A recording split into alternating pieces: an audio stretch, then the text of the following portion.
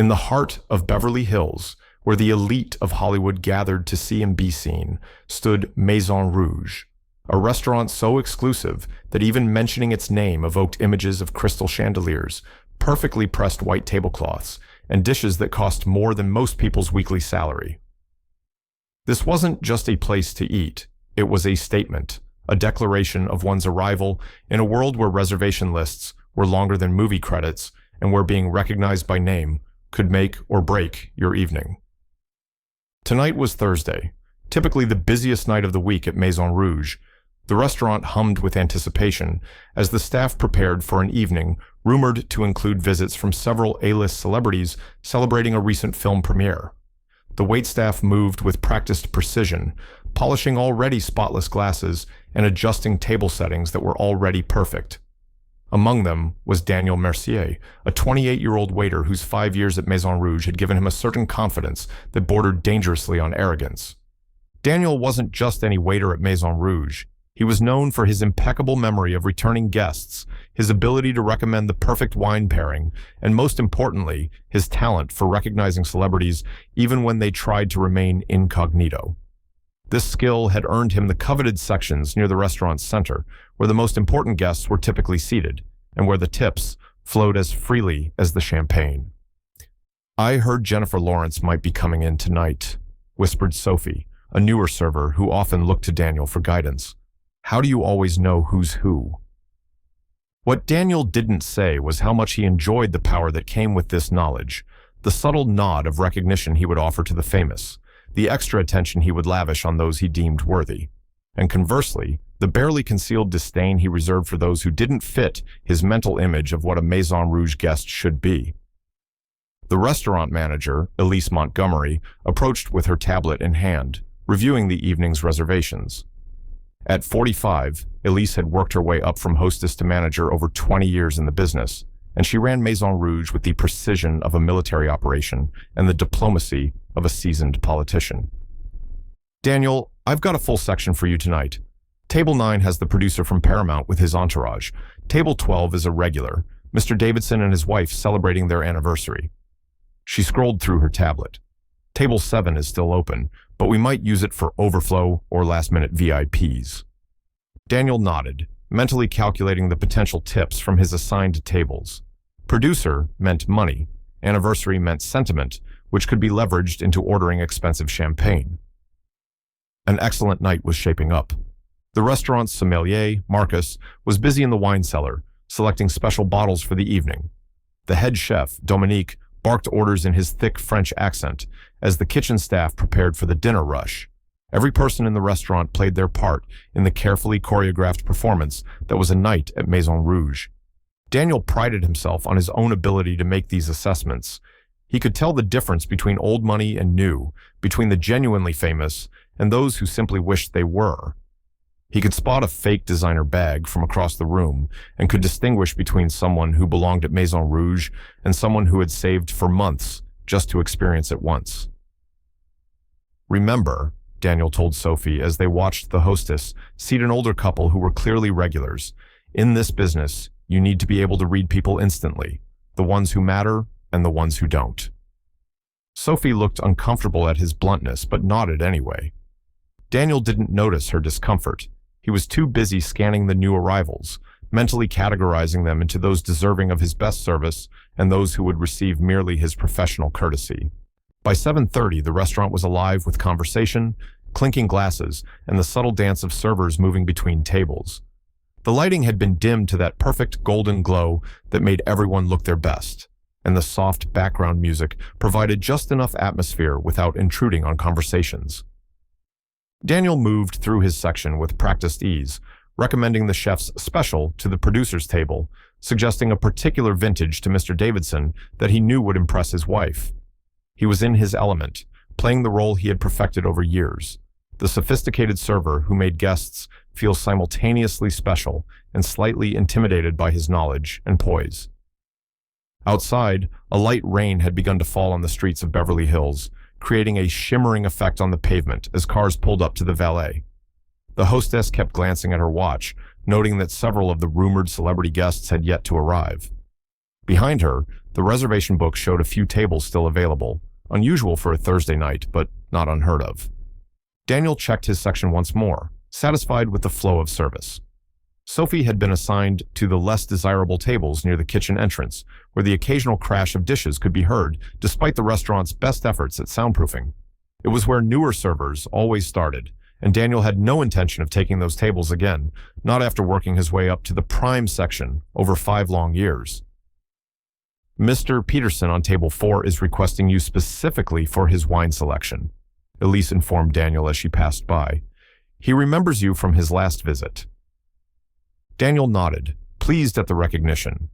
This was what he worked for, to be known, to be requested, to be considered essential to the Maison Rouge experience. He made his way to table 4, where an older gentleman in an impeccably tailored suit sat with 2 younger men who were clearly business associates. Little did Daniel know that the most significant guest of the evening would arrive not in designer clothes or with an entourage, but alone, dressed in a way that would challenge everything Daniel thought he knew about recognizing those who truly belonged in a place like Maison Rouge.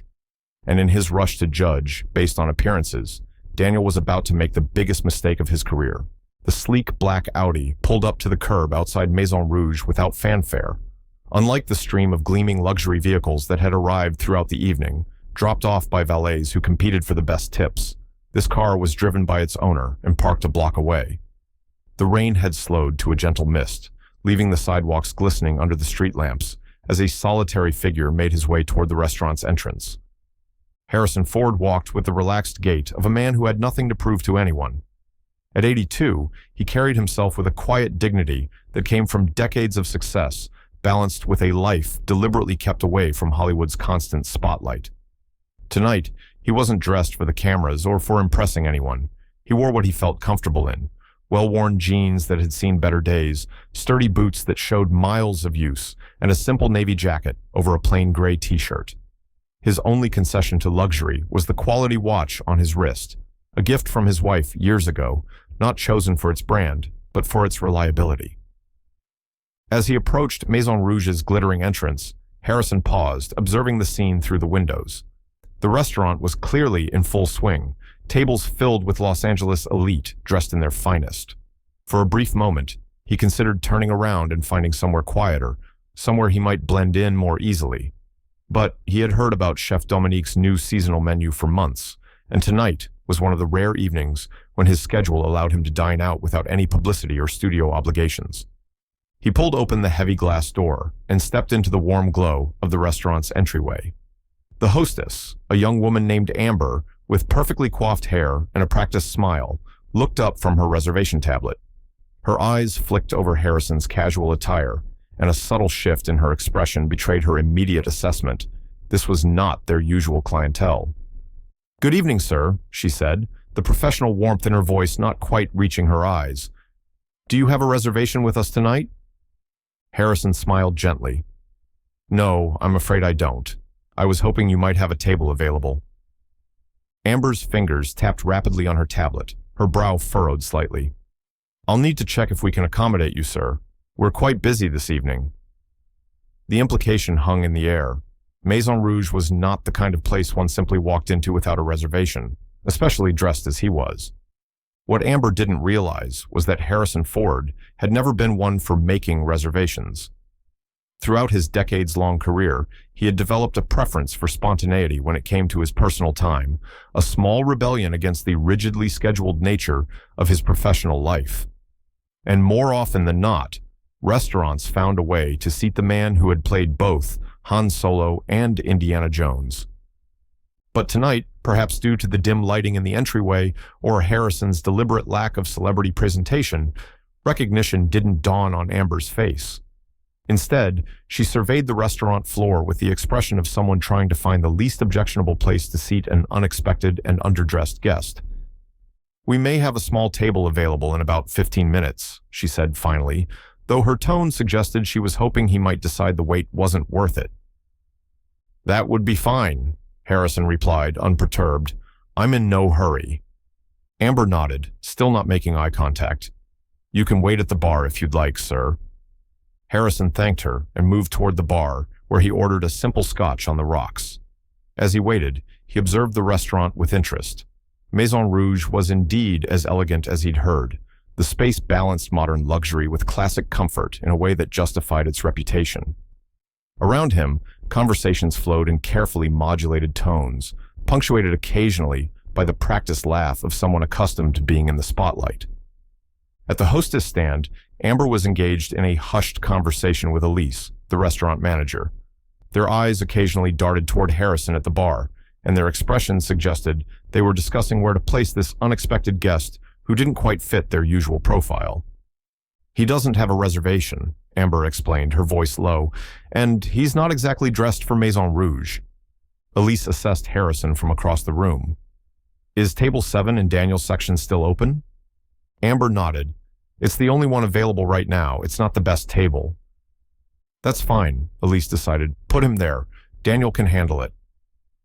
What neither woman realized was that table 7, while considered less desirable by the restaurant's standards, positioned somewhat away from the center of activity in a quieter corner, was exactly the kind of table Harrison would have requested had anyone thought to ask his preference.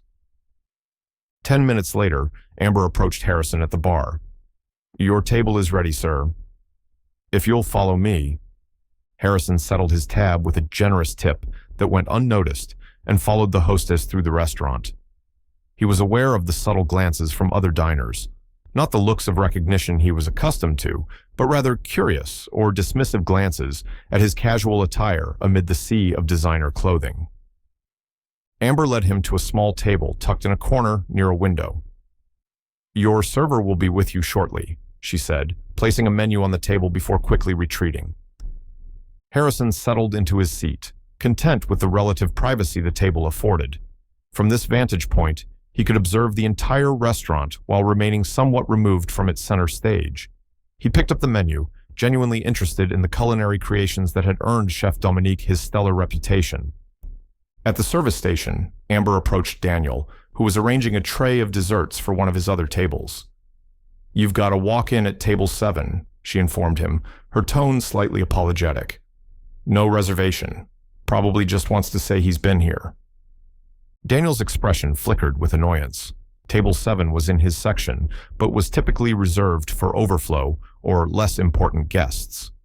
On a night when celebrities were expected, having his attention diverted to a non-reservation table was an unwelcome distraction.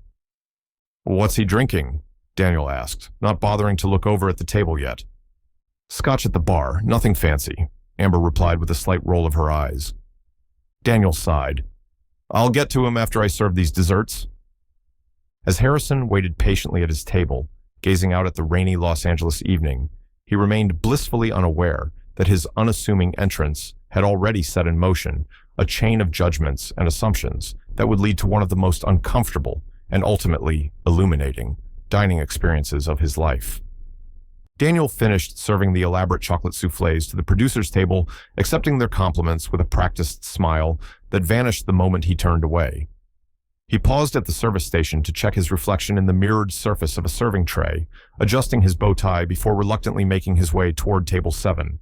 As he approached, he took in the sight of the older man seated alone by the window, and immediately, judgments began to form in his mind. "Great," Daniel thought to himself, a tourist who wandered in from the rain, probably looking for somewhere fancy to tell the folks back home about. It wasn't that Daniel disliked serving ordinary people. In his mind, the issue was one of belonging.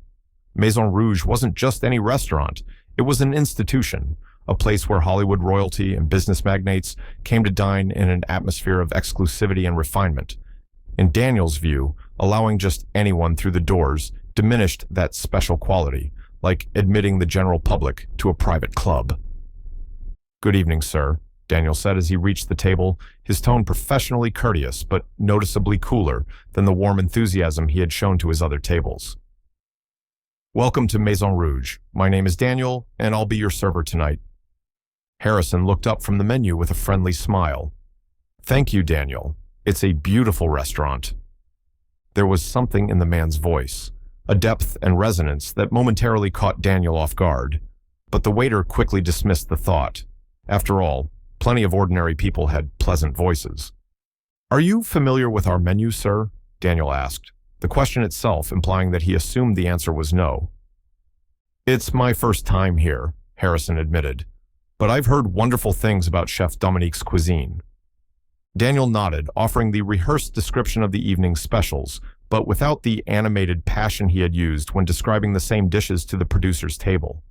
He spoke quickly, almost mechanically, as though going through the motions for someone who wouldn't appreciate the nuances anyway. "Would you like to hear about our wine selection?" Daniel asked, though his tone suggested he was merely following protocol rather than genuinely offering assistance. "That would be great," Harrison replied, either not noticing or choosing to ignore the waiter's subtle dismissiveness. As Daniel briefly outlined the wine list, again without the enthusiasm or detail he would normally provide to guests he deemed important, his mind continued to assess the older man. "Probably retired, maybe saved up for months to come here. He'll order the cheapest main course and no appetizer, then leave a mediocre tip because he doesn't understand city dining." It wasn't just the clothing that fueled Daniel's assumptions. It was the man's entire demeanor, relaxed and unpretentious, showing none of the self-conscious awareness of being in an exclusive setting that Daniel had come to expect from Maison Rouge's clientele. There was no attempt to impress, no subtle name-dropping, no ostentatious checking of an expensive phone, or careful positioning to be seen by others in the restaurant. "I'll give you a few minutes to decide," Daniel concluded, already shifting his attention back toward his other tables, where he knew the recognition and tips would be more rewarding. As Daniel walked away, he caught Sophie's eye at the service station. She had been watching the interaction with interest. "New guest at table 7? She asked curiously. Daniel rolled his eyes slightly. "Walk-in, no reservation. Probably saw the place on some top 10 restaurants in LA list and decided to check it off his bucket list." Sophie glanced over at Harrison, who was serenely gazing out the window at the rain-slicked streets. "He seems nice, though." "Nice doesn't pay the bills," Daniel replied dismissively. "Trust me, I've been doing this long enough to know the type. He'll nurse one drink, order the smallest steak, and then complain about the prices." "You can't always tell just by looking," Sophie ventured, though her tone was hesitant, aware of challenging someone with Daniel's seniority. Daniel scoffed. "In this business, yes, you can. That's exactly how it works. The real players in this town make sure you know they're players. They don't show up alone, in jeans, without a reservation." He straightened his vest with a slight tug. "Watch and learn, Sophie. Table 9 is about to order a second bottle of Chateau Margaux that costs more than your rent. That's where your attention should be." As Daniel moved away to attend to his preferred guests, his mind had already relegated Harrison to the category of customers who required only the minimum standard of service, professional but uninspired, adequate but not exceptional. In the economy of attention that governed Daniel's work, the unassuming man at table 7 simply didn't rate investment. It wasn't the first time Harrison had experienced such treatment when out of his usual context. In fact, there was something almost refreshing about it, being seen as just another person, rather than as Harrison Ford, the movie star. Over the years, he had developed an appreciation for these rare moments of anonymity, these glimpses into how the world operated when not influenced by the distorting lens of celebrity. Daniel returned to the table several minutes later, noticeably longer than the attention he paid to his other guests. "Have you decided, sir?" he asked, his pen poised over his notepad with an air of perfunctory duty. "I have," Harrison replied with the same easy smile. "I think I'll start with the seared scallops, followed by the rack of lamb. Medium rare." Daniel nodded, making notes without comment. This order, neither the cheapest nor the most expensive options on the menu, didn't quite fit his prediction, but he quickly adjusted his mental profile. "Special occasion dinner, then. Retirement celebration or something similar. Still not a regular." "And for wine?" Daniel asked. Harrison's response would soon challenge Daniel's assumptions even further, setting in motion the evening's unexpected turn of events. But for now, the waiter remained comfortably entrenched in his judgment, unaware that the humble, unassuming man at table 7 was about to disrupt every preconception he held about the correlation between appearance and importance. The kitchen buzzed with activity as Daniel submitted Harrison's order. The sizzle of pans, the precise chopping of knives on cutting boards, and Chef Dominique's commanding voice created the familiar symphony of a high-end restaurant in full swing. Daniel barely paid attention to the ticket he'd just submitted, his mind already refocused on the VIP tables that demanded, and in his mind, deserved, his primary attention. Table 9 is asking about the 1982 Bordeaux, Marcus, the sommelier, informed Daniel as they passed in the service corridor. Daniel's eyes lit up. I'll let them know you're coming over. The producer's table had been steadily increasing their bill all evening, and a vintage like that would significantly boost Daniel's tips. This was where his energy belonged, not with the solitary man in worn jeans at table 7. Across the restaurant, Harrison sat contentedly, observing the choreographed dance of the waitstaff with the quiet attentiveness that had made him such a compelling presence on screen for decades. He noticed how Daniel moved with practiced efficiency between his tables, but also how the quality of his attention varied dramatically depending on who he was serving. The producer's table received elaborate descriptions and recommendations delivered with animated enthusiasm. The anniversary couple was treated to warm congratulations and complimentary champagne. Meanwhile, Harrison's water glass remained unfilled, his breadbasket unreplenished. 20 minutes passed before Daniel returned to Harrison's table, carrying his appetizer.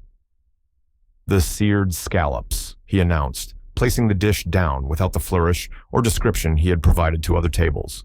No mention of the delicate saffron sauce or the microgreens harvested from the chef's personal garden, details he had shared enthusiastically with the producer. Thank you, Harrison said, his voice carrying the same gentle politeness. Could I trouble you for some more water?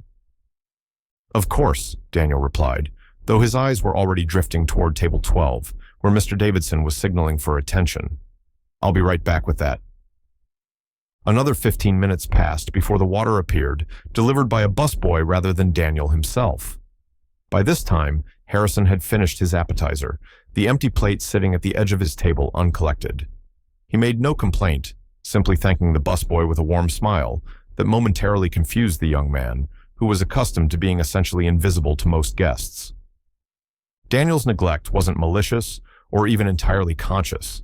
In the economy of attention that governed his work, he was simply allocating his resources where he believed they would yield the best return, both financially and in terms of professional recognition. A producer might mention his excellent service to the restaurant owner, while an anniversary couple might become regular patrons, but an older man dining alone in casual clothes. In Daniel's calculation, that table would never be more than a one-time visit, forgettable in the grand scheme of his career at Maison Rouge. When Daniel finally reappeared, it was to deliver Harrison's main course. The rack of lamb, medium rare, he stated flatly, setting down the plate. It looks wonderful, Harrison commented, genuinely impressed by the presentation. The chef has quite a reputation. Daniel nodded perfunctorily. Is there anything else you need at the moment, sir? Actually, I was wondering if I could get a glass of wine with my meal, Harrison replied. I decided to wait rather than have one with the appetizer. Something in Daniel's expression tightened, almost imperceptibly. In his mind, this confirmed another of his assumptions. The man was carefully calculating his spending, ordering beverages one at a time, rather than committing to a bottle. It was behavior Daniel had observed in tourists and others unused to fine dining, those who treated a meal at Maison Rouge as an extravagance rather than a routine indulgence. Certainly, Daniel said, his tone professional but cool. Did you have something particular in mind? What would you recommend with the lamb? Harrison asked. The question was an opportunity, one that Daniel would have seized eagerly with any of his other tables, launching into a knowledgeable discussion of possible pairings that would showcase his expertise and potentially guide the customer toward a premium selection. Instead, he offered a response that was accurate but minimal. A Pinot Noir pairs well with lamb, he said simply. Harrison's eyes crinkled slightly at the corners, an expression that, had Daniel been paying attention, might have seemed familiar from countless films. Any specific Pinot you'd suggest? He pressed gently. Daniel's response was a study in subtle condescension. We have several options at different price points, he explained, emphasizing the last two words just enough to convey his assumption about Harrison's budget constraints. I see, Harrison replied, that hint of amusement still playing around his eyes. Well, in that case, why don't you bring me a glass of whatever you think is best? Daniel nodded and left, interpreting the response as confirmation that the guest was deferring to the cheaper options. At the service station, he selected a perfectly acceptable but unremarkable Pinot Noir, one that the restaurant sold by the glass, specifically because its wholesale price allowed for a substantial markup without pushing the by-the-glass price too high. As Daniel poured the wine at the bar, Sophie approached with empty glasses from one of her tables. "How's your corner table doing?" she asked conversationally. "Fine," Daniel replied dismissively. "Just as I expected. Appetizer, main course, house wine by the glass. Textbook one and done customer." Sophie glanced over at Harrison, who was eating his meal with evident enjoyment, seemingly unbothered by the lack of attentive service. "He doesn't seem to mind." "That's because he doesn't know any better," Daniel said, with the certainty of someone who believed his judgments were simply objective observations of reality. "This is probably the highlight of his year." When Daniel returned with the wine, he placed it on the table with a cursory, "Your Pinot Noir, sir," making no mention of the vintage, region, or tasting notes, information he would have volunteered eagerly to others. "Thank you," Harrison said, taking a small sip. If he noticed the mediocre quality, he gave no indication. Throughout Harrison's main course, Daniel's attention remained focused elsewhere. Twice he walked past the table without checking if anything was needed. When the producer at table 9 signaled, Daniel was there within seconds. When Mr. Davidson requested a specific brand of after-dinner cognac, Daniel not only fulfilled the request promptly, but returned with 2 options, offering a detailed comparison of their flavor profiles. For Harrison, however, there was no proactive service, no checking if the lamb was cooked to his liking, no offer of freshly ground pepper. It was as though Daniel had drawn a mental box around table 7, containing it as an obligation to be managed rather than a guest to be served. As Harrison finished his meal, he sat back in his chair, content despite the neglect. His gaze wandered around the restaurant, taking in the other diners, the elegant decor, the carefully cultivated atmosphere of exclusivity. He had experienced far worse than inattentive service in his long life, and there was something almost anthropologically interesting about being on the receiving end of such clear social stratification. Little did he know that the evening was about to take a turn, as Daniel's dismissive attitude, encouraged by the apparent confirmation of his initial judgments, would soon evolve from passive neglect into something more actively problematic. And in the process, the true cost of making assumptions based on appearances would be revealed in a way that would leave an indelible mark on Daniel's career at Maison Rouge. The evening progressed as the restaurant reached its peak hour.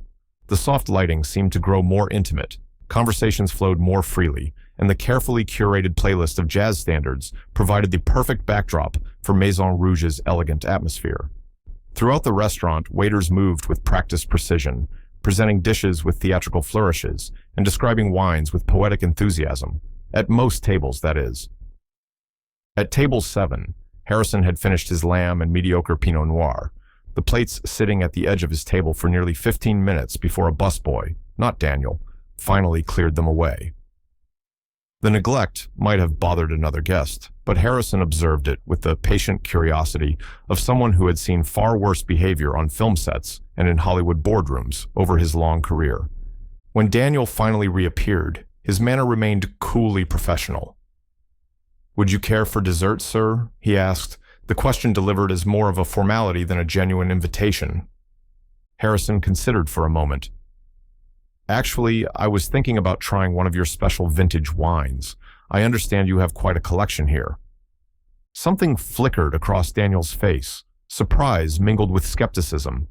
This request didn't fit the profile he had constructed of the older man in jeans. Special vintage wines at Maison Rouge started at several $100s a bottle and ascended rapidly into the thousands. "We do have an extensive wine list," Daniel acknowledged, his tone measured. "Did you have something particular in mind?" Harrison's expression remained pleasantly neutral. "I've always appreciated a good Chateau Margaux. Do you have any exceptional years available by the glass?" Daniel couldn't completely mask his reaction. Chateau Margaux was precisely what the producer's table had been enjoying, a premier cru Bordeaux that represented some of the finest and most expensive wines in the world. The restaurant did occasionally offer rare wines by the glass through a specialized preservation system, but at prices that started at $150 per glass. It was not something typically ordered by someone who appeared to be carefully managing their bill throughout the meal. "We do have a 2000 Chateau Margaux available," Daniel said, his voice taking on a slightly patronizing tone. "But I should mention that it's priced at $200 per glass. Perhaps I could suggest something more suitable." The word suitable hung in the air, its implication unmistakable. Daniel had made a calculation about what Harrison could afford based entirely on his appearance, and he was now attempting to steer him toward options he deemed appropriate for someone of his perceived economic status. A couple at the next table glanced over, having overheard the exchange. Their expressions reflected a mixture of discomfort and second-hand embarrassment at Daniel's thinly veiled condescension. Harrison maintained his composed demeanor, though a slightly more pronounced crinkle appeared at the corners of his eyes. "The 2000 vintage is lovely, but I was wondering if you might have the 1982 or 1990. I've found those years particularly exceptional." Daniel's skepticism deepened. This unexpected knowledge of fine wines didn't align with his assessment of the man before him. In his experience, people who couldn't afford such luxuries rarely possessed detailed knowledge about them. Yet here was this simply dressed older man casually discussing vintages that wine collectors spoke of with reverence. "We do have the 1990, Daniel confirmed, his voice now carrying a hint of challenge. "It's $350 per glass." Harrison nodded appreciatively. "Excellent. I'd like a glass of the 1990 Chateau Margaux, please." The neighboring table's conversation had completely stopped now, the diners openly watching the interaction. Daniel stood frozen for a moment, visibly recalculating his approach. Part of him suspected this might be some sort of test or joke. Perhaps the man was trying to impress someone, or worse, planning to order the expensive wine and then claim shock at the price when the bill arrived. "Sir?" Daniel began, his voice dropping to a more confidential tone as he leaned slightly closer to Harrison. "The 1990 Chateau Margaux is one of our premium offerings. The glass alone is $350. Are you certain that's what you'd like to order?" The question itself might have been interpreted as considerate in another context, a server ensuring a guest understood what they were ordering. But Daniel's tone and expression made it clear that this was less about courtesy and more about doubt. Harrison's response was calm but direct. "Yes, I'm quite certain. Thank you for confirming the price, but I'm well aware of what Chateau Margaux costs." By now, the interaction had caught the attention of several nearby tables.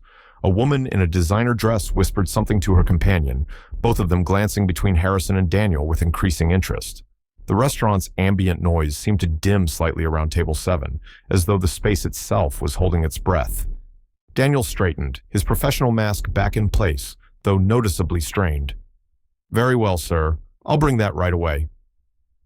As Daniel walked toward the wine room, his mind raced. Had he misread the situation?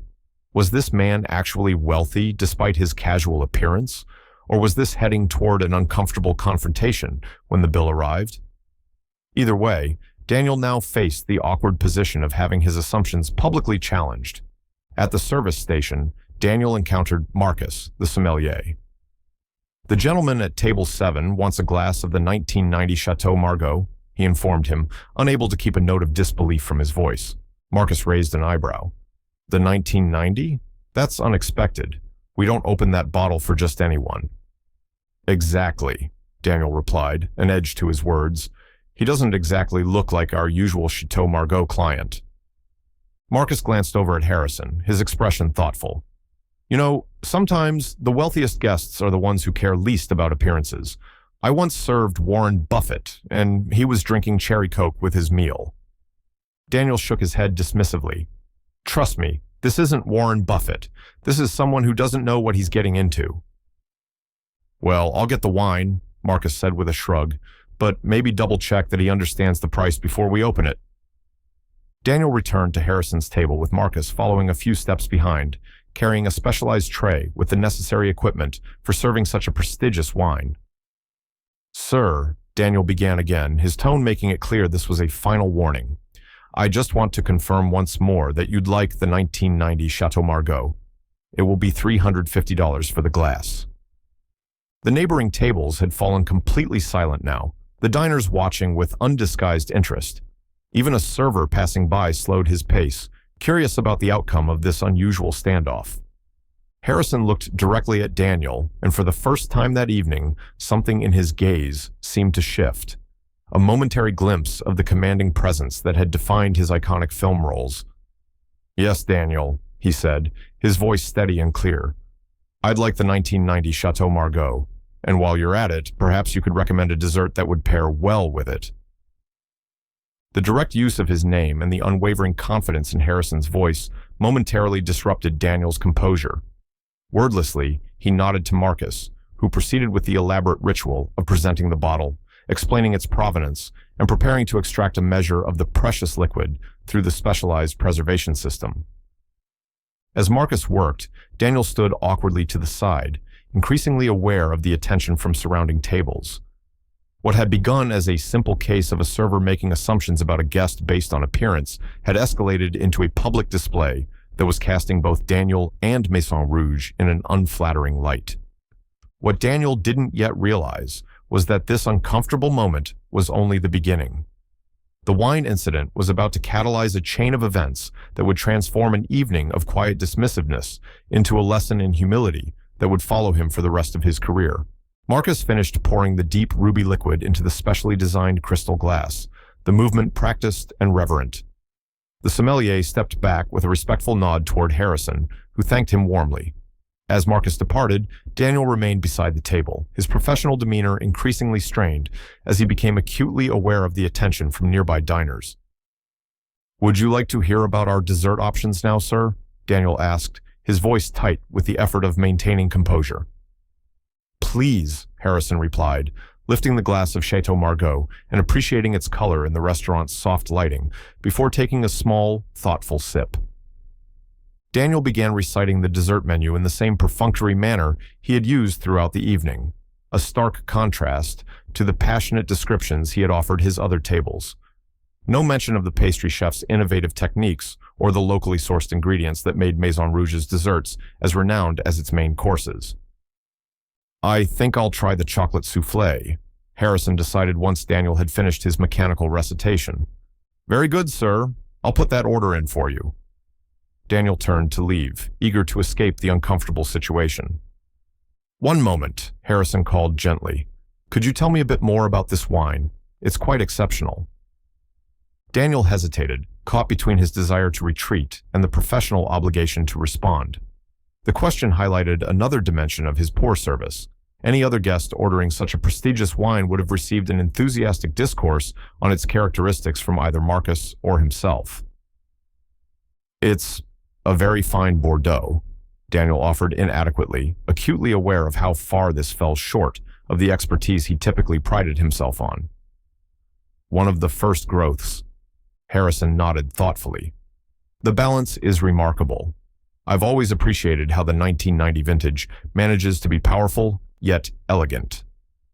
Daniel nodded stiffly, unsure how to respond to this demonstration of knowledge that so contradicted his assumptions. It was at this moment that a conversation from the producer's table, louder now after several bottles of wine, drifted clearly across the restaurant. I can't believe how that waiter is treating him, a woman's voice carried, just because of how he's dressed.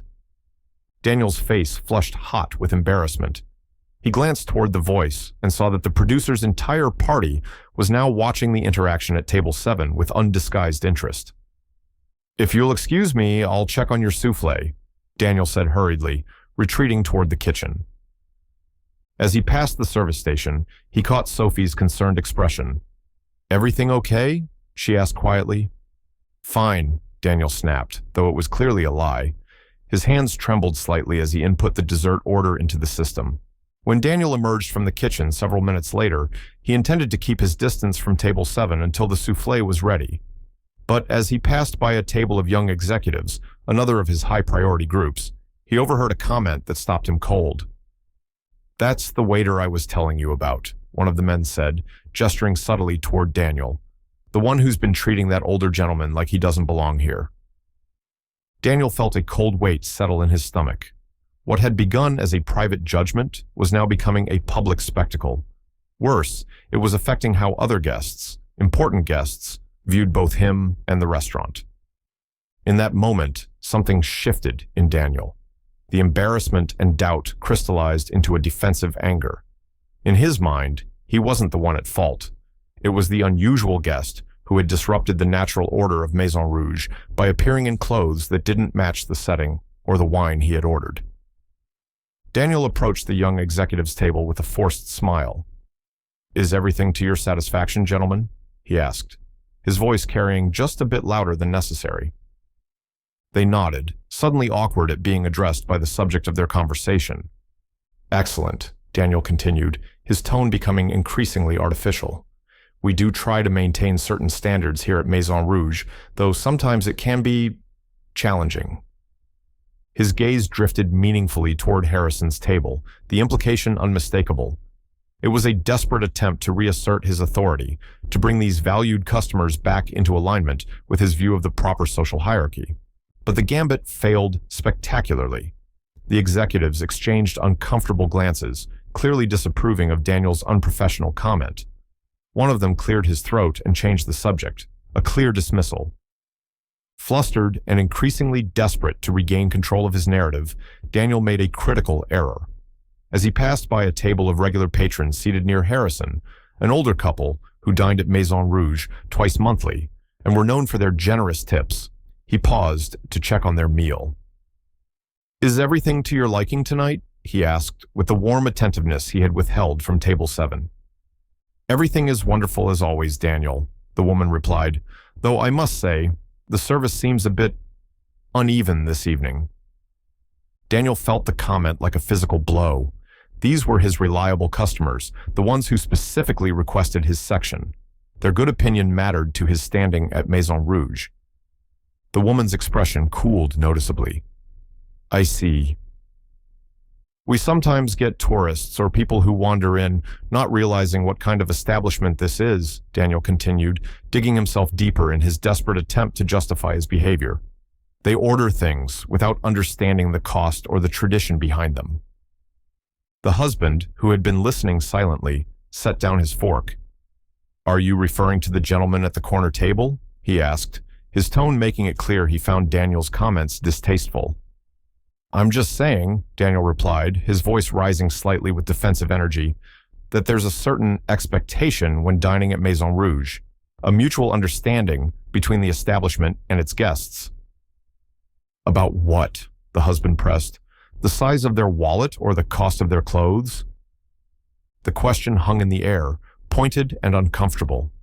Daniel realized too late that his attempt to curry favor had backfired dramatically. But before he could formulate a response, his voice carried in an unfortunate moment of restaurant quiet. "Some people just don't belong in places like this," he said, the words escaping before he could reconsider them. "They come in without reservations, dressed like they're going to a diner, and then order our rarest wines." The statement, intended for the regular couple but delivered with misfortunate timing and volume, echoed across the nearby tables. A hush fell over that section of the restaurant as diners turned to look between Daniel and Harrison, the target of his remarks unmistakable. Harrison, who had been quietly enjoying his wine, looked up. His expression revealed no anger, no offense, only a calm assessment of the man who had just publicly insulted him.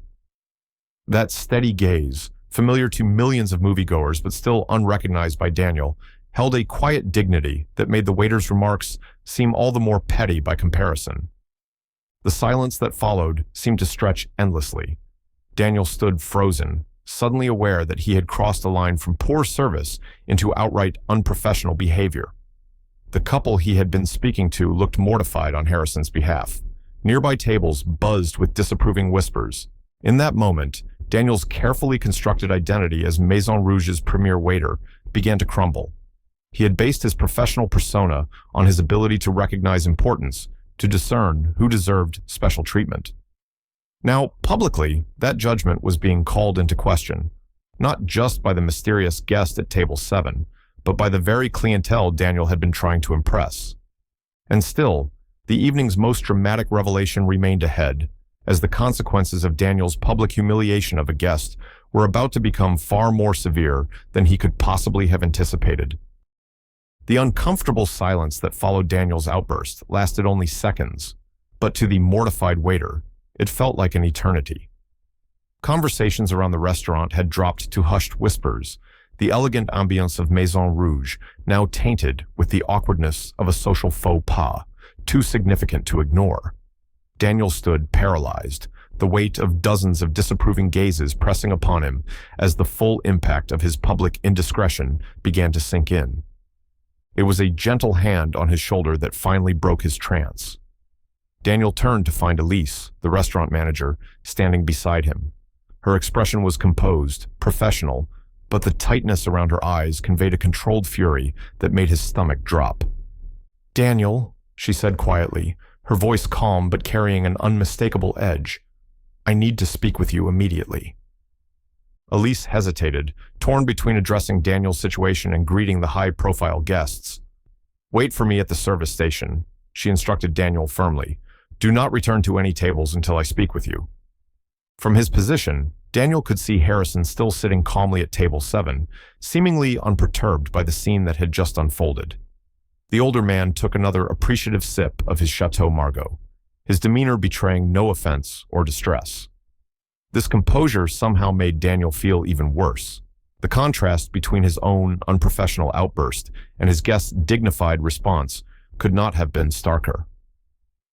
Across the restaurant, Elise was personally escorting the Marvel group to their table, her professional smile firmly in place as she ensured they were comfortably seated. As she turned to leave them, something unexpected happened. Kevin Feige rose slightly from his seat and gestured toward the corner of the restaurant, saying something that made Elise follow his gaze toward table 7. Daniel watched with growing dread as Elise's expression transformed, first confusion, then shock, and finally something approaching horror. She said something quickly to Feige, then immediately changed course, walking directly toward Harrison's table with purposeful strides. From across the restaurant, Daniel could see Elise's entire demeanor had changed. Gone was the rigid professionalism she typically maintained with guests. Instead, she was displaying the easy familiarity and genuine delight typically reserved for the restaurant's most valued regulars or personal friends. When Elise finally rose from the table, she leaned down once more, appearing to offer some kind of heartfelt apology, to which Harrison responded with a dismissive wave and what looked like a reassuring comment. Then, with a final nod of respect, Elise turned and headed directly toward the service station, her expression now set in stone. "Daniel," she said quietly as she reached him, her voice controlled but vibrating with intensity, "do you have any idea who you've been serving this evening?" Daniel swallowed hard. No, a walk-in guest without a reservation." Elise closed her eyes briefly as if gathering patience. "That walk-in guest is Harrison Ford." The world seemed to tilt beneath Daniel's feet. "Harrison Ford?" he repeated numbly, the name not immediately computing in his brain. Daniel felt the blood drain from his face as the full implication hit him. He had spent the entire evening dismissing, neglecting, and finally publicly insulting not some random older man who had wandered in from the rain, but Harrison Ford, an icon of American cinema whose career spanned decades and who was known throughout the industry for his professionalism and humility. "Clearly," Elise replied, her tone arctic. "But what concerns me more is that you felt it appropriate to provide substandard service and make public derogatory comments about any guest, regardless of who they might be." Daniel had no response. There was no defense for his behavior, no explanation that wouldn't make the situation worse. Mr. Feige recognized him immediately from across the restaurant. Elise continued, her disappointment evident. He was asking if Mr. Ford might join them later, as they've worked together. Can you imagine my shock when I realized that the guest Mr. Feige was referring to was the same person you had just publicly suggested doesn't belong here? The gravity of the situation was still sinking in for Daniel. Not only had he insulted a Hollywood legend, but he had done so in front of another group of entertainment industry powerhouses who clearly held that legend in high regard. What happens now? Daniel asked, his voice barely audible. Now, Elise said firmly, I am going to return to Mr. Ford's table with Marcus. The souffle is almost ready, and I will personally ensure it's served properly, along with our sincere apologies. As for you, you will remain here until I decide how to address this situation. As Elise turned to leave, Daniel found his voice once more. Elise, please, I had no idea. Let me apologize to him. I can make this right. Elise paused, considering. That's not my decision to make. If Mr. Ford is willing to speak with you, I won't prevent it. But I should warn you, Daniel. In the 5 years you've worked here, I've never been as disappointed in a member of our staff as I am right now. Your job at Maison Rouge is hanging by the thinnest of threads. As Elise walked away, Daniel remained frozen at the service station, the enormity of his mistake crushing down upon him. Through the blur of his shock, he watched as Marcus approached Harrison's table with the souffle, presented with all the ceremony and respect that Daniel had withheld throughout the evening. Around the restaurant, the buzz of conversation had returned, but with a different quality now, excited whispers and subtle glances toward table 7 as word spread among the diners about who was sitting quietly in the corner. Several guests, who had previously been engrossed in their own conversations, were now casting interested looks toward Harrison, some even taking discreet photos with their phones. In the span of mere minutes, the social dynamic of the entire restaurant had shifted. The unassuming man in worn jeans and a simple jacket, whom Daniel had deemed unworthy of his attention, was now revealed to be not just a celebrity, but a cultural icon whose presence elevated the status of Maison Rouge itself. And Daniel, who had prided himself on his ability to recognize importance, who had built his entire professional identity around serving those he deemed worthy, now stood exposed as not just mistaken, but fundamentally wrong in his approach to his work and his understanding of true worth. As he watched Elise chatting comfortably with Harrison while the actor enjoyed his souffle, Daniel realized that the evening's revelation was about to become even more uncomfortable, because sooner or later he would have to face the man he had insulted, a man who was not just Harrison Ford the movie star, but who had revealed himself throughout the evening to be exactly the kind of person Daniel should have been honored to serve, famous or not. The kitchen of Maison Rouge had always been Daniel's sanctuary, a place where the hierarchy was clear and his position in it secure. Now, as he stood by the coffee station methodically polishing already gleaming silverware, it felt more like a holding cell. 20 minutes had passed since Elise had left him with the weight of his transgression pressing down on his shoulders. Each passing second amplified his awareness of just how spectacularly he had failed at the core of his profession. Daniel, Elise's voice cut through his thoughts as she approached from the dining room. Mr. Ford has finished his dessert. I've explained the situation to him. Daniel looked up, dreading what would come next. And he would like to speak with you, Elise said, her expression unreadable. Privately. Daniel felt his heart rate accelerate. The prospect of facing Harrison Ford, a man whose films he had watched throughout his life, whose iconic characters were embedded in popular culture, and whom he had treated with such dismissive disdain, was almost unbearable. Does he seem angry? Daniel asked, setting down the fork he'd been polishing for the past 5 minutes. Elise's expression softened slightly. No, he doesn't. But Daniel, regardless of how this conversation goes, we will be having a serious discussion about your future here after the restaurant closes. Daniel nodded mutely. The possibility of losing his job, a position he had worked toward for years, and that formed the cornerstone of his identity, was a crushing weight. But at this moment, the more immediate concern was facing the man he had humiliated. I'll show you to the private dining room, Elise continued. Mr. Ford has agreed to step there for a moment to speak with you, away from the other guests. Elise paused at the door. I'll be back in 5 minutes. Try not to make things worse. With that less than reassuring instruction, she opened the door and gestured for Daniel to enter. The private dining room was softly lit, its walls lined with photographs of celebrities who had dined at Maison Rouge over its illustrious history. Daniel noted with bitter irony that Harrison Ford appeared in one of these photos, smiling alongside the restaurant's founder at what appeared to be an opening event many years ago. Standing by the window, looking out at the rainy Los Angeles night, was Harrison Ford himself. He turned as Daniel entered, his expression thoughtful but not hostile. Up close, despite his casual attire, there was no mistaking him now. The strong jawline, the characteristic scar on his chin, the penetrating gaze that had commanded the silver screen for decades, all were unmistakably those of the Hollywood legend. "Mr. Ford," Daniel began, his voice catching slightly, I don't know what to say." Harrison regarded him steadily. "You could start with why." The simplicity of the question caught Daniel off guard. He had expected anger, demands for apologies, perhaps even threats to have him fired. Instead, this quiet inquiry cut straight to the heart of the matter. "I made assumptions," Daniel admitted, the words coming reluctantly. "Based on how you were dressed, coming in without a reservation, I thought you were just some tourist who wandered in, someone who didn't belong here." Harrison nodded slightly, taking in the explanation. "And that justified poor service? Public humiliation?" "No," Daniel said quickly, feeling the flush of shame spread across his face. "No, it didn't justify anything. I was completely wrong, not just about who you are, but about everything."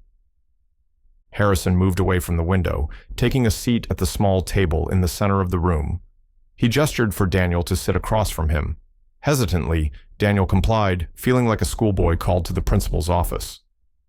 "You know," Harrison said, his voice carrying that familiar gravelly quality that had delivered countless memorable lines.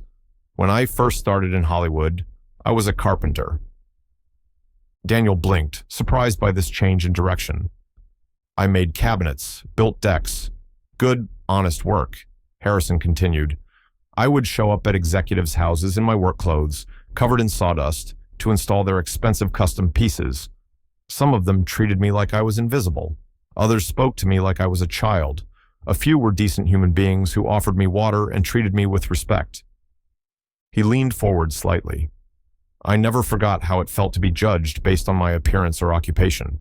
When Star Wars changed everything for me, I made a promise to myself that I wouldn't become like those executives." Daniel listened, transfixed. The story was familiar. Most movie fans knew Harrison Ford had worked as a carpenter before his big break, but hearing it directly from the man himself, in this context, gave it a powerful resonance. "I still wear these jeans because they're comfortable," Harrison continued, gesturing to his worn denim. "I drive myself places because I enjoy driving. And sometimes, when I want to try a restaurant I've heard good things about, I just show up and ask for a table." A slight smile played at the corners of his mouth. "Usually, it works out fine." "I'm so sorry," Daniel said, the words feeling painfully inadequate. "I don't know how I didn't recognize you." Harrison waved this away. "That's not the point. I wasn't looking for special treatment because of who I am. I was looking for the basic respect any person deserves when they walk into an establishment and behave courteously." He fixed Daniel with a steady gaze. "Would it have made any difference if I wasn't Harrison Ford? If I was just an ordinary person who worked hard all their life and wanted to enjoy a special meal?" The question hung in the air between them, its challenging simplicity forcing Daniel to confront the uncomfortable truth. In his mind, it would have made all the difference. His entire approach to service had been built around a hierarchical view of guests, their perceived status determining the quality of attention they received. Harrison nodded, seemingly appreciating the candor despite its troubling implication. "At least you're honest about it. That's somewhere to start." "I've built my whole career here on recognizing important people," Daniel confessed, the words tumbling out now. "I thought that's what made me good at my job, knowing who deserved special treatment and who didn't. I never stopped to consider that maybe everyone deserves the same care and attention." "The funny thing is," Harrison replied, "the truly important people I've known in my life, the ones who've made real differences in the world, they're often the last ones to demand special treatment. They've already proven themselves. They don't need a waiter's validation." The observation hit Daniel with the force of revelation. Throughout his years at Maison Rouge, he had defined importance primarily through external markers, designer clothes, expensive watches, celebrity status. never considering that true worth might manifest in quieter, less obvious ways. Elise told me you're one of their best servers, Harrison continued, surprising Daniel, that you know the menu inside out, that you can pair wines perfectly, that you have an incredible memory for returning guests. Daniel nodded cautiously, uncertain where this was heading. Those are valuable skills, Harrison said, but they're just tools. The real question is how you choose to use them and who you choose to use them for. He leaned back in his chair. Everyone who sits down at one of your tables is having one night of their life in this restaurant. For some, it might be a special occasion they've saved up for months to afford. For others, it might be just another Tuesday. But everyone deserves your best effort. The simplicity and truth of this statement washed over Daniel. In his pursuit of recognition from those he deemed important, he had lost sight of the fundamental purpose of his profession, to provide hospitality, to make every guest feel valued during the brief time they spent in his care. I don't know if I can keep my job after this, Daniel said quietly. Harrison shrugged. That's between you and your management. But if you do, maybe take this as an opportunity to rethink your approach. He stood up, signaling that their conversation was drawing to a close. For what it's worth, once you finally decided to serve me properly, that lamb was excellent and the soufflé was perfect. The compliment, unexpected and undeserved, left Daniel momentarily speechless. As Harrison moved toward the door, Daniel found his voice once more. Mr. Ford, he called, thank you for taking the time to talk to me. I know you didn't have to. Harrison paused, his hand on the doorknob. We all make mistakes, Daniel. The important thing is what we learn from them. With that, he opened the door to find Elise waiting outside, right on schedule. Everything okay? She asked, looking between them. Just fine, Harrison replied with that familiar half-smile. I was telling Daniel that the lamb was excellent. As Elise escorted Harrison back to the main dining room, Daniel remained seated in the private dining room, the weight of the evening's events settling around him. The revelation of his guest's identity had been shocking, but the true revelation had been about himself, about the flawed values that had guided his work, and about the kind of professional he wanted to be moving forward, regardless of whether Maison Rouge gave him that chance. Daniel remained in the private dining room for several minutes after Harrison Ford had left, trying to process the magnitude of what had just occurred. The conversation replayed in his mind, each word from the Hollywood legend landing with the weight of undeniable truth. It wasn't just the embarrassment of having failed to recognize a cultural icon, but the deeper realization that his entire professional philosophy had been fundamentally flawed. When he finally emerged from the private dining room, the restaurant had shifted into its late evening rhythm. The Marvel group was boisterous now, clearly enjoying their meal and the restaurant's ambience. Harrison had returned to table 7, where he appeared to be finishing his wine in comfortable solitude. Across the dining room, servers continued their choreographed dance of service, plates arriving and departing, wine being poured, all under the soft glow of Maison Rouge's elegant lighting.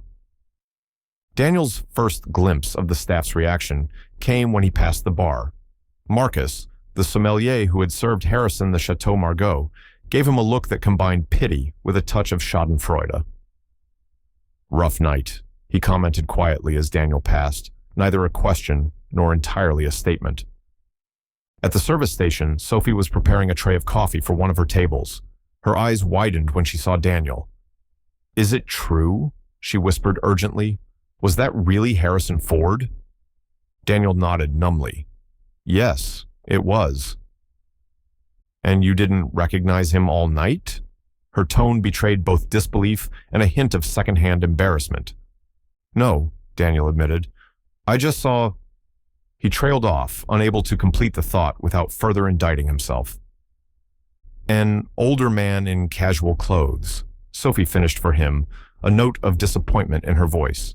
"Not worth your time." The simple accuracy of her assessment stung.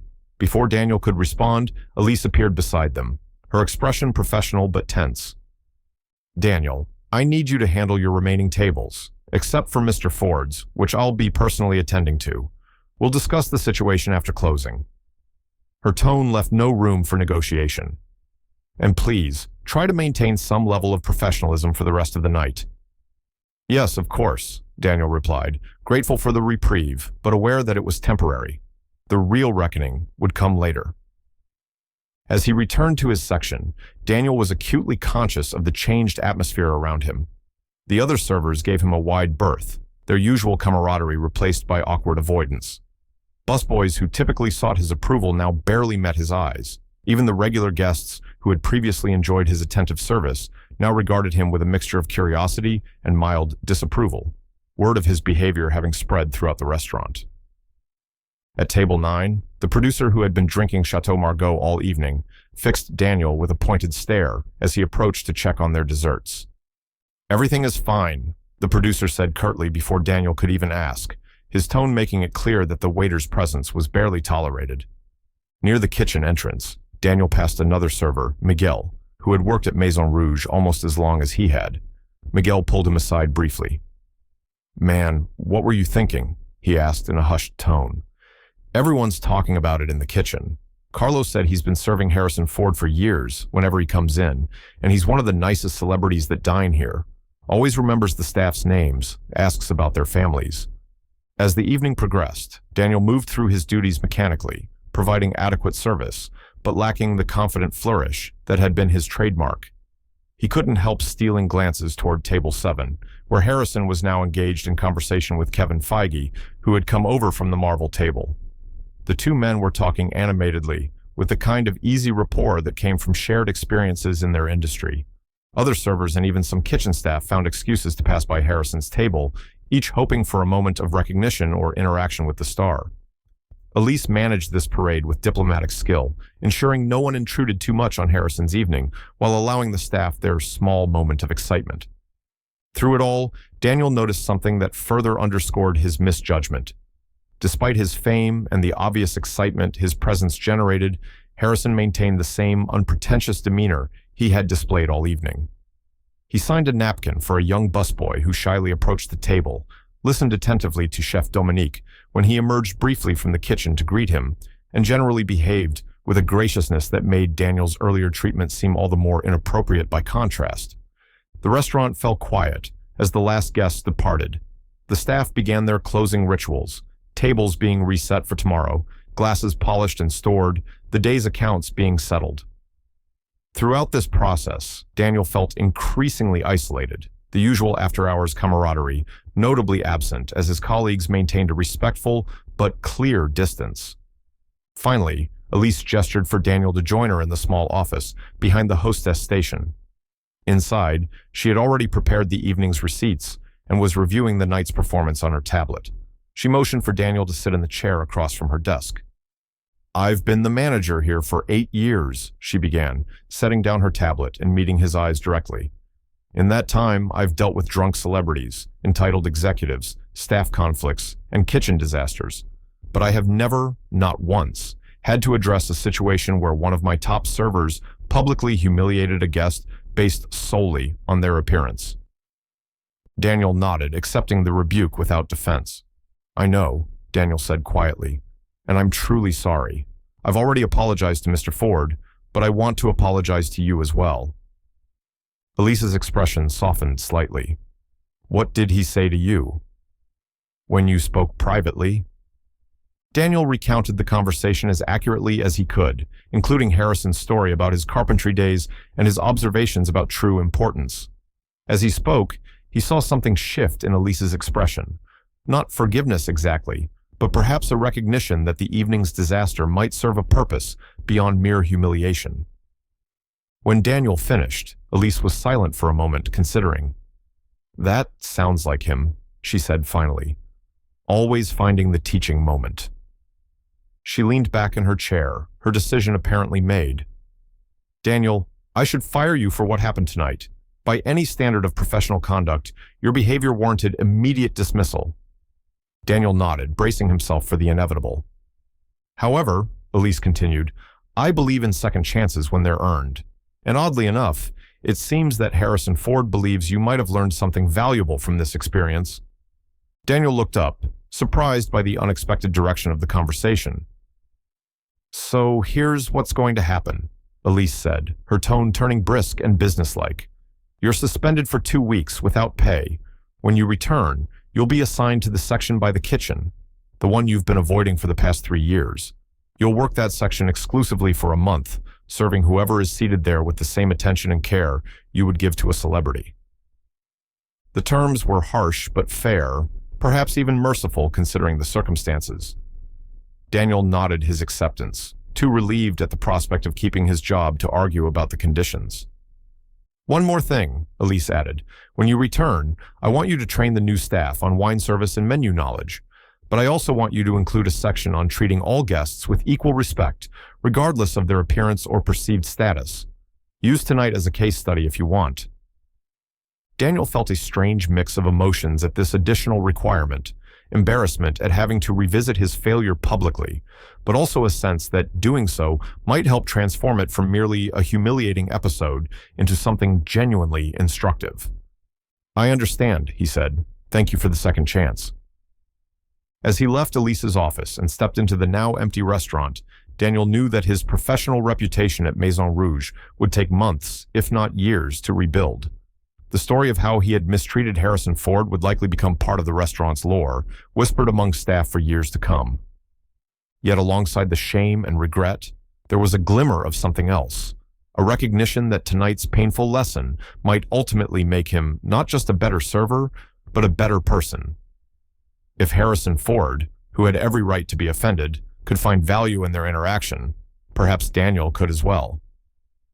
Outside, the rain had stopped, leaving the streets of Beverly Hills glistening under the streetlights. As Daniel walked toward his car, he realized that for the first time in years, he was seeing the world around him without immediately categorizing and ranking its components. It was a small shift, but perhaps the beginning of something significant, a new way of moving through the world that valued substance over appearance, character over status, and treated each person as worthy of respect, regardless of what they wore or who they appeared to be. The 2 weeks of Daniel's suspension stretched before him like an eternity. Without the structured rhythm of service at Maison Rouge to anchor his days, he found himself adrift, confronting uncomfortable truths about his identity and values. The first few days were spent in a haze of embarrassment and self-recrimination, replaying the events of that fateful evening with Harrison Ford in excruciating detail. By the end of the first week, however, something began to shift. The forced distance from the restaurant gave Daniel perspective he hadn't realized he needed. He found himself people-watching at a local cafe, observing interactions without the hierarchical lens he had always applied at Maison Rouge. He noticed the barista treating each customer with the same friendly efficiency, regardless of their appearance or the size of their order. He saw how the elderly woman in worn clothes received the same respectful attention as the executive in the tailored suit. On the morning he was scheduled to return to Maison Rouge, Daniel arrived early, feeling a strange mix of trepidation and determination. The restaurant was quiet in the pre-service hours, staff moving about with the relaxed efficiency of preparation. Several colleagues nodded in greeting as he entered, their expressions ranging from curiosity to mild discomfort. The story of his encounter with Harrison Ford had clearly become part of the restaurant's lore. Sophie was the first to approach him directly, setting aside the silverware she'd been polishing. "Welcome back," she said, her tone cautious but not unfriendly.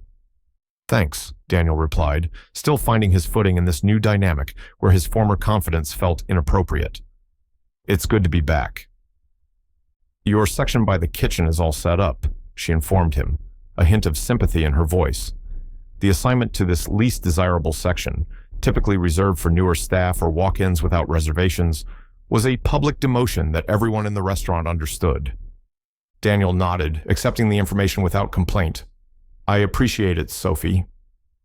As he moved toward the locker room to change into his uniform, Daniel passed Elise's office. The manager called out to him as he walked by. "Daniel, a moment, please." He entered her office, maintaining the respectful demeanor he had cultivated during their last interaction. Elise looked up from her computer, her expression professional, but no longer carrying the acute disappointment of 2 weeks ago. "I've been preparing for it," Daniel replied, having spent much of his suspension reflecting on precisely this topic. "I think it will be a valuable session." Elise regarded him thoughtfully. "I've been working here long enough to see people either learn from their mistakes or cement themselves in them. I'm hoping you're doing the former." I'm trying to, Daniel said simply. Elise nodded, seemingly satisfied with his response. One more thing. Table 7 in your new section has been reserved for this evening. Daniel felt a momentary spike of anxiety. Reserved? For that section? It was unusual for the tables near the kitchen to be specifically requested. Yes, Elise confirmed, offering no further explanation. It's for 7:30 p.m. Throughout the afternoon, as the restaurant prepared for dinner service, Daniel found himself repeatedly glancing at table 7. Who would specifically request a table in the least desirable section on his first day back? The question lingered as he meticulously prepared his station, determined to provide impeccable service regardless of the table's location or its occupants. When dinner service began at 5 p.m., Daniel approached his new assignment with a deliberate shift in mindset. Each guest who was seated in his section, mostly couples who had arrived without reservations and a family with young children who would have been considered inappropriate for the main dining area, received his full attention and expertise. He described specials with enthusiasm, offered wine pairings with genuine consideration of both preference and budget, and found himself surprisingly engaged by the genuine appreciation his service generated. As 7:30 approached, Daniel felt a growing curiosity about the mysterious reservation for table 7. He had just finished taking orders from a pair of tourists when he spotted Elise leading someone to the reserved table. His heart nearly stopped when he recognized the casually dressed figure following her. Harrison Ford had returned to Maison Rouge, and he had specifically requested Daniel's table. The actor settled into his seat with the same unassuming ease he had displayed 2 weeks earlier, nodding thanks to Elise before turning his attention to the menu. Daniel stood frozen at his service station, caught between disbelief and a creeping sense of panic. Why had Harrison Ford returned? Was this some form of test? A chance to see if Daniel had learned his lesson? Or worse, had the actor decided that their previous interaction warranted further addressing? Elise approached Daniel at the service station, her expression giving nothing away. "Table 7 is ready for service," she said simply. Daniel took a deep breath, straightening his vest and adjusting his bow tie. "I'll take care of it," he promised, his voice steadier than he felt. As he approached the table, Harrison looked up with a faint smile of recognition. "Good evening," Daniel greeted him, his tone professional but warm. "Welcome back to Maison Rouge, Mr. Ford. It's a pleasure to serve you tonight." "Thank you, Daniel," Harrison replied, and the fact that he remembered the waiter's name without prompting sent a wave of unexpected emotion through Daniel. "I was in the neighborhood and thought I'd give the lamb another try." "An excellent choice," Daniel responded, falling back on his professional knowledge to steady himself. "Chef Dominique's lamb is one of our signatures. Would you like to hear about tonight's specials as well?" Harrison nodded, settling in as Daniel provided a detailed description of the evening's offerings, maintaining the same level of enthusiasm and knowledge he would offer any guest, no more, no less. As he spoke, Daniel felt something shift within himself, a realization that the performance he was giving wasn't a performance at all. This was simply good service, offered without calculation or ulterior motive. When Harrison ordered the lamb again, along with a starter of roasted beets, Daniel recorded it with careful attention. "And for wine, sir? Perhaps something to complement the lamb?" "I trust your recommendation," Harrison replied, and in his eyes Daniel detected a subtle acknowledgement of the loaded nature of this statement after their previous interaction. Daniel considered for a moment, genuinely focused on finding the perfect pairing rather than on the price point or prestige of the selection. "We have a wonderful Syrah from a small producer in the Russian River Valley. It has the depth to stand up to the lamb, but won't overwhelm the delicate seasoning." "That sounds perfect," Harrison agreed. Throughout the meal, Daniel provided attentive but unobtrusive service, checking on Harrison's table with appropriate frequency while also attending to his other guests with equal care. He found himself engaging naturally with each table, no longer mentally calculating the potential tip or status benefit of each interaction. When he delivered Harrison's main course, the actor looked up with a thoughtful expression. "You know, this section has a much better view of the restaurant than my last table," he commented. "I can see everything from here." Daniel followed his gaze and realized that from table 7, one could indeed observe the entire flow of the restaurant, the entrance, the main dining area, the interactions between staff and guests. It was a perspective Daniel had never considered, having always viewed this section as inferior precisely because it was removed from the restaurant's center stage. "I never thought of it that way," Daniel admitted. "I've always considered these the least desirable tables." Harrison took a bite of his lamb, nodding appreciatively at the flavor before responding. "Perspective is a funny thing. Changes everything when you shift it a little." The simple observation carried weight beyond its immediate context, and Daniel found himself nodding in agreement. "It certainly does." As the evening progressed and Harrison finished his meal, Daniel presented the dessert menu with the same attentive care he had provided throughout the service. "The chocolate souffle was excellent last time," Harrison noted with a slight smile. "It still is," Daniel confirmed, "though personally I might recommend the creme brulee tonight. Chef adjusted the recipe recently, and it's exceptional." Harrison considered, then nodded. "I'll try your recommendation." When the dessert arrived, Harrison took a bite and nodded appreciatively. "Excellent choice," he confirmed. "Thank you." Those simple words of gratitude carried a weight that far exceeded their literal meaning. In them, Daniel sensed not just appreciation for the dessert recommendation, but acknowledgement of his shift in approach, his attempt to provide genuine service rather than calculated attention. As Harrison prepared to leave, Daniel presented the check with professional courtesy. "It was a pleasure serving you tonight, Mr. Ford. I hope you enjoyed your meal." Harrison signed the credit card slip, adding a generous but not ostentatious tip. "I did, thank you." He looked up at Daniel with that characteristic intensity that had made so many of his film performances memorable. Everyone deserves a second chance to get it right. The statement hung in the air between them, its meaning clear. As Harrison rose to leave, Daniel felt a sense of closure that transcended the simple transaction of a restaurant meal. Something fundamental had shifted, not just in how he approached his work, but in how he understood his place in the world. "Good night, Daniel," Harrison said, extending his hand. Daniel shook it firmly, the gesture sealing an unspoken agreement between them. "Good night, Mr. Ford. Thank you for coming back." As Harrison made his way toward the exit, several other diners recognized him, their expressions lighting up with the excitement of spotting a celebrity. Yet the actor moved through the space with the same unassuming dignity he had displayed throughout, acknowledging greetings with a nod, but maintaining the privacy of his experience. Daniel watched him go, struck by the realization that true importance had nothing to do with demanding recognition, and everything to do with how one treated others, regardless of who was watching.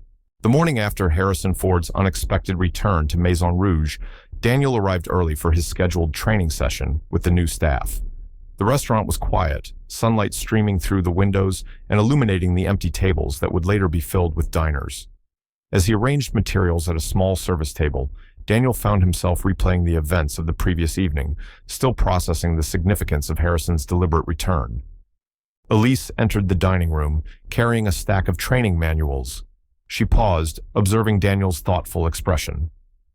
"How are you feeling about yesterday?" she asked, setting down the materials. "Still processing it, to be honest," Daniel admitted. "I never expected him to come back, let alone request my section." "Harrison Ford has always been full of surprises," Elise remarked. "Did you know he's been coming to Maison Rouge occasionally for over 15 years, usually without any fanfare or special requests?" Daniel shook his head, the information further illuminating how profoundly he had misjudged not just the actor, but the nature of true importance. "No, I had no idea. Some of our most valued regulars are the ones you might never notice," Elise continued, arranging chairs around the table. "They don't demand attention or special treatment. They simply appreciate good food and respectful service." Before Daniel could respond, the door opened as the new staff members began to arrive for the training session. 5 of them in total, ranging from a college-aged young woman to a middle-aged man who had transitioned from another restaurant. They gathered around the table, their expressions betraying a mix of curiosity and wariness. Daniel's story had clearly reached them, even those who had joined after the incident.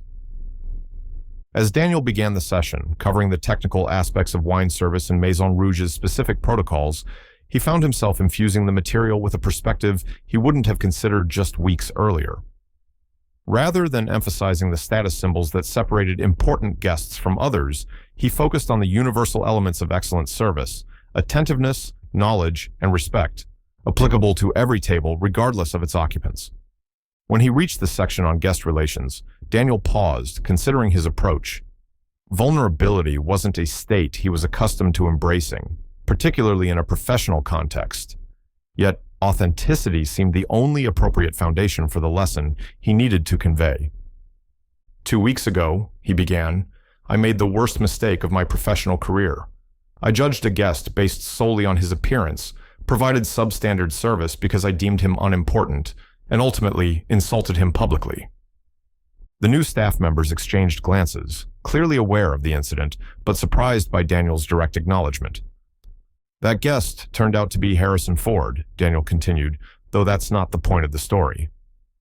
The point is that I had constructed an entire system of service based on assumptions about worth and importance, assumptions that were not only unfair, but fundamentally wrong.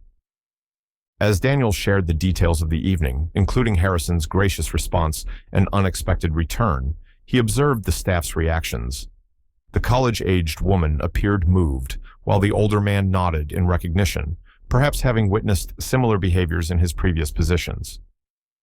Last night, Daniel concluded, Mr. Ford could have requested any table in the restaurant. Instead, he specifically asked to sit in what I had always considered our least desirable section, and to be served by the waiter who had treated him poorly. That choice revealed more about true character and importance than any designer suit or expensive watch ever could. The training session continued, shifting to practical demonstrations of service techniques, but the narrative Daniel had shared clearly resonated beyond the technical instruction. As the session concluded and the new staff prepared to begin their day, the middle-aged man, Miguel, approached Daniel. I worked at the Ivy for 12 years before coming here, he said quietly. I've seen how celebrity culture can distort everything in a restaurant: who gets the best tables, who receives the most attention. What you shared today, it matters. Daniel nodded, appreciating the solidarity. I'm still learning it myself. Throughout that day's service, Daniel continued his work in the kitchen-adjacent section, approaching each table with the same care and attention he had once reserved for his VIP guests. The family celebrating a graduation, the elderly couple sharing an anniversary dinner, the solo diner enjoying a quiet meal with a book. Each received his full professional expertise, offered without calculation or prejudgment. As the evening wound down and the restaurant emptied, Daniel was clearing his last table when Elise approached. There's someone asking to speak with you at the bar, she informed him, her expression giving nothing away. Curious, Daniel made his way to the bar area, where a man in his 50s sat nursing a scotch. He was well-dressed, but not ostentatiously so, with the comfortable confidence of someone accustomed to moving in professional circles. Daniel? The man inquired as he approached.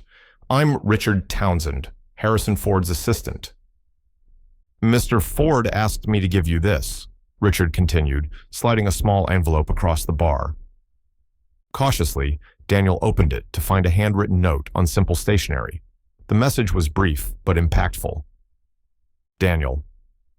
Before I was an actor, I spent years making cabinets and decks for people who often looked right through me. The best lesson I learned was that how we treat people when no one is watching reveals who we truly are. Thank you for listening and learning. That takes more courage than most people realize. Harrison Ford, P.S. The lamb was excellent both times. Daniel read the note twice, struck by both its simplicity and its profound generosity of spirit.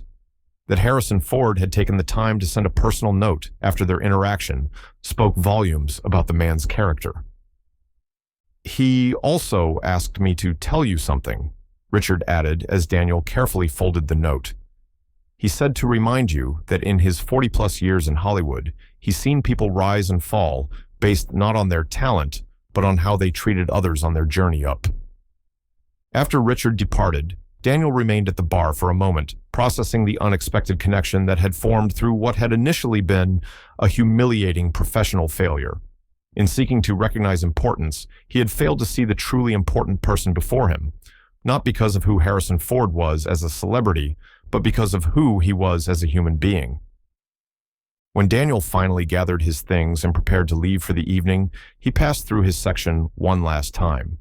Table 7, which he had once viewed as an undesirable assignment, now held a significance that transcended its physical location in the restaurant. It represented a turning point, not just in his career, but in his understanding of value and dignity. Outside, the Los Angeles night was warm and clear, the city lights creating their own constellations against the dark sky. As Daniel walked to his car, he found himself observing the people around him, the valet attendants, the late-night diners emerging from restaurants, the street cleaner moving methodically along the sidewalk. Each person engaged in their own work, each carrying their own story. For years, Daniel had moved through this world with a hierarchical lens, automatically sorting people into categories of importance based on external markers. Now, that lens had been irrevocably altered. The change wasn't complete. He knew that ingrained habits of perception wouldn't transform overnight. But Harrison Ford's unexpected grace had created a fissure in his worldview, allowing new understanding to take root. As he drove home through the quiet streets, Daniel reflected on the strange circumstances that had brought him to this moment of insight. Of all the celebrities who might have wandered into Maison Rouge without a reservation, dressed in casual clothes that belied their stature, it had been Harrison Ford, a man who had begun his own journey as a carpenter, looking from the outside in at the very world he would later come to inhabit. There was a symmetry to it that felt almost deliberate, as though the universe had arranged this specific lesson for this specific moment in Daniel's life. And despite the humiliation and fear that had accompanied it, Daniel found himself feeling an unexpected emotion as he considered the entire experience: gratitude. 6 months had passed since the night Harrison Ford walked into Maison Rouge in worn jeans and a simple jacket. 6 months since Daniel's worldview had been irrevocably altered by a lesson in humility and true importance. The restaurant continued its elegant operation, serving Hollywood's elite alongside tourists, business travelers, and locals celebrating special occasions. But something fundamental had shifted within its walls, a change that began with one waiter, but had gradually influenced the establishment's entire culture. Daniel's month of exclusively serving the kitchen-adjacent section had ended long ago, but he had requested to keep at least 2 shifts a week in that area, a choice that had initially surprised Elise, but now made perfect sense to her. The section that was once considered undesirable had become, under Daniel's attention, a space known for particularly attentive and unpretentious service. This evening, as sunset bathed the restaurant in golden light, Daniel moved through his section with a relaxed confidence that differed markedly from his previous carefully cultivated persona. Gone was the calculation in his interactions, the subtle assessments of worth based on appearance or perceived status. In their place was a genuine attentiveness that responded to each guest as an individual deserving of respect and care. "Have you always worked here?" the woman asked as Daniel described the preparation of the restaurant's signature dishes. "About 6 years now," Daniel replied with a warm smile, "and I learn something new every day." As he moved from their table to check on other guests, Daniel caught Sophie's eye across the restaurant. Now promoted to head server for her section, she gave him a subtle nod of professional respect, a far cry from the dynamic that had once existed between them. Their relationship had evolved into one of mutual appreciation, with Daniel often seeking her perspective on service approaches, and Sophie occasionally consulting him on wine pairings. Near the entrance, Elise was greeting new arrivals with her usual polished efficiency. When she had a moment free, Daniel approached her with a question about a special request from one of his tables. "Table 12 is celebrating their 10th anniversary," he explained. "They were wondering if Chef could prepare the truffle risotto they enjoyed on their first date here, even though it's not on the current menu." Daniel nodded, a smile tugging at the corners of his mouth. The training sessions had become one of his most valued responsibilities, an opportunity to transform his most humbling professional experience into a lesson that might help others avoid the same mistake. "I had a good teacher," he replied simply. As the evening progressed and the restaurant filled to capacity, Daniel maintained the same level of attentive service for each table in his section, from the corporate executives clearly on an expense account to the young couple carefully calculating what they could afford. The technical aspects of his service remained impeccable, his knowledge of the menu and wine list still comprehensive. But these skills now served a different purpose, deployed not to impress or curry favor, but to ensure that each guest's experience was the best it could possibly be. During a brief lull in service, Daniel found himself near the bar, where Marcus was preparing wine for several tables. "Did you hear about Kevin Feige's group last week?" the sommelier asked conversationally. "Apparently they mentioned that night with Harrison Ford. It's becoming something of a Hollywood story." Daniel raised an eyebrow, both amused and slightly embarrassed that his professional nadir had apparently entered industry folklore. "What are they saying about it?" "Just that Harrison deliberately went back to the restaurant and requested the waiter who had treated him poorly," Marcus replied. "Apparently, he told Feige it was one of the most satisfying meals he'd had in years, watching someone learn and grow right before his eyes." Daniel absorbed this information with a mixture of humility and pride. The fact that Harrison Ford had found value in their interaction, enough to share the story with others, suggested that the actor had seen something in him worth redeeming, a capacity for change that justified the grace he had been shown. As closing time approached and the restaurant began to empty, Daniel attended to his final tables with the same care he had provided throughout the evening. When his last guest departed, he began the familiar closing ritual, straightening chairs, folding napkins, preparing his section for tomorrow's service. Near the kitchen, he overheard a conversation between two newer servers discussing a guest who had arrived without a reservation, dressed in workout clothes, and requested a table. "I almost didn't want to seat her," one confessed. "But then I remembered Daniel's story about Harrison Ford, so I gave her my best service anyway. Turns out she's the new head of HBO programming, just moved to LA and came straight from the gym because she was hungry." The other server laughed. "Good call. These days, you really can't tell who's important just by looking at them." Daniel smiled to himself as he continued his work, recognizing how the lesson he had learned so painfully had begun to permeate the restaurant's culture. The story of his encounter with Harrison Ford had transformed from a personal embarrassment into a valuable cautionary tale, reminding everyone that appearances were often misleading and that true worth couldn't be determined by external markers. As the staff completed their closing duties and began to depart, Elise approached Daniel with an envelope in hand. "This came for you today," she said, handing it to him. "Special delivery. Thought you might enjoy seeing how the other half lives for an evening. No dress code, come as you are, -H. F." "Something special?" Elise inquired, noting his expression. "A reminder," Daniel replied, carefully returning the invitation to its envelope, "about what really matters." After finishing his closing duties, Daniel stepped out into the Los Angeles night. The city sprawled before him, its lights twinkling against the darkness, a constellation of stories, each person moving through the world with their own hopes, struggles, and dignity. It wasn't that Daniel had become blind to differences in wealth or status. Those realities still existed, but he had learned to look beyond them, to recognize that true importance resided in character rather than clothing, in how people treated others rather than how they dressed themselves. As he walked to his car, Daniel reflected on the strange twist of fate that had brought Harrison Ford into Maison Rouge that rainy night 6 months ago. What had begun as a humiliating professional failure had transformed into one of the most valuable lessons of his life. A lesson not just about service or hospitality, but about human dignity and worth. Tomorrow would bring another day at Maison Rouge, another opportunity to put that lesson into practice. And while Daniel knew he wasn't perfect, that old habits of judgment sometimes still surfaced, he approached each day with an awareness he had lacked before. The awareness that everyone who walked through those doors, regardless of their appearance or status, deserved to be seen, respected, and served with excellence.